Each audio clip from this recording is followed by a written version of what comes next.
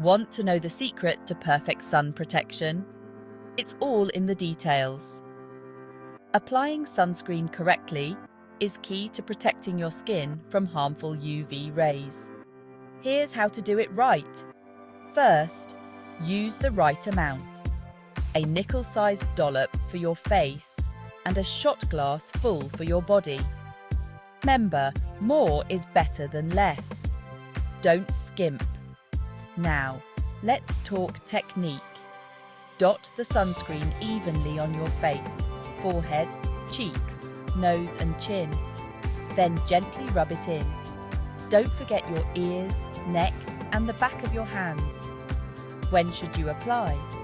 At least 15 minutes before you step outside to let it absorb properly.